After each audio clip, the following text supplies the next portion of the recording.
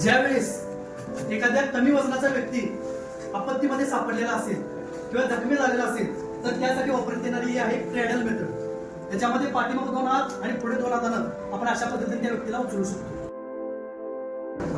त्याला म्हणतात carrying piggy bag. ज्यावेळेस जखमी एकदम खूप मोठ्या प्रमाणात अस्वस्थ असतो त्यावेळेस त्याला अशा पाठीवर घेऊन आपण त्याला हॉस्पिटलमध्ये घेऊन जाऊ शकतो. ही पद्धत म्हणजे 4 हँड चेअर. ही पद्धत अशा वेळी वापरायची ज्यावेळेस एखाद्या पेशंटचा कमरेपासून खालचा भाग पूर्णपणे निकामी झाला असतो किंवा काम करत नाही तर या 2 हातांना आपण अशी 4 हाताची खुर्ची तयार करू शकतो. ओके.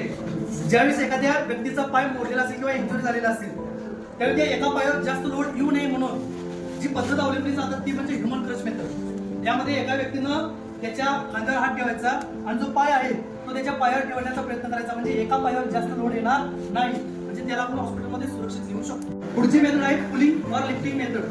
त्यावेळेस आपत्ती आले आणि थोड्याच अंतरावर पेशंटला न्यायचं असेल तर ही मेथड वापरली जाते. त्यामध्ये पेशंटला पुलिंग म्हणजे पाठीमागं ओढत द्यायचं म्हणजे जेणेकरून त्याला लगेच आपल्याला वाचवता येईल. 2 पाय धरायचे आणि त्यानुसार त्याला आपण अशा पद्धतीनं पाठीमागे उचलून घेऊन जाऊ शकतो. ही पुलिंग आणि लिफ्टिंग मेथड म्हणतात. याला म्हणतात कॅरिंग 2 हँड चेअर. म्हणजे त्या व्यक्तीचा पाय किंवा शरीर जर जखमी झाला असेल तो त्याची बॉडी चांगल्या पद्धतीने उचलू शकत असेल तरी 2 हँड चेअर पद्धत वापरायची आहे. ज्यावेळेस आग लागते त्यावेळेस अग्निशामकचे जे जवान असतात ते जे पेशंटला उचलतात ती उचलण्याची पद्धत म्हणजे ही